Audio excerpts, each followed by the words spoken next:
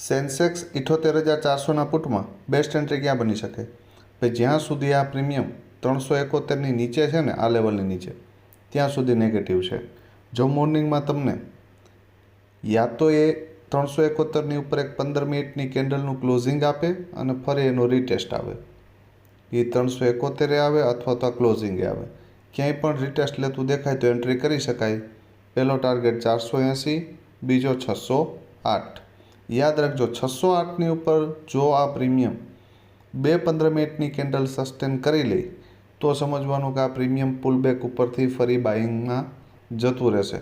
બરાબર. ક્યાં ટાર્ગેટ માટે? તો કે 812ના.